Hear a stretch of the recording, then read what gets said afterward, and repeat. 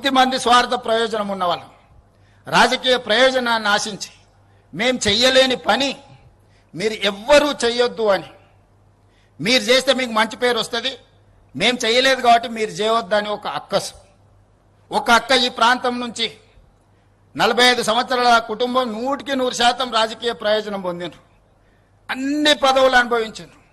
ఈ ప్రజలు ఇవ్వందే లేదా అక్కకు. ఇవాళ అక్క కొడుకు నేషనల్ గ్రీన్ ట్రిబ్యునల్లో ఈ పనిని ఆపమని కేసేసిండు.